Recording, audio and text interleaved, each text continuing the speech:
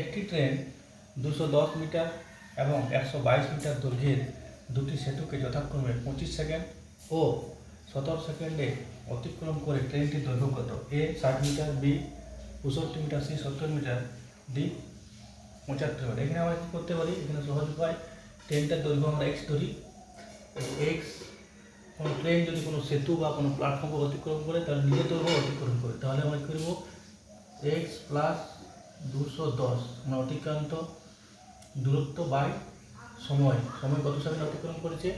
প্রথমটা 25 second, equal to same হবে x plus 122 আপন 17 ইকুয়েশন 25x প্লাস এটা গুণ করতে হবে 25 দুগুণে 50, হাত থাকে 5, 25 দুগুণে 50 আর 55, আর 25 থেকে 25 আর 5 30 সমান 17 এক্স প্লাস 17 0 17 17কে 17 হাত থাকে 1, 17 দুগুণ 34 আর 1 35।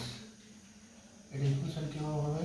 25 আর 17 8x ইকুয়াল টু, এখানে আমরা 0 2 0 0 2 5 500 কাটে ওরা, 5 8 6 48 48 5 8 40 40 65 মিটার ইজ কারেক্ট।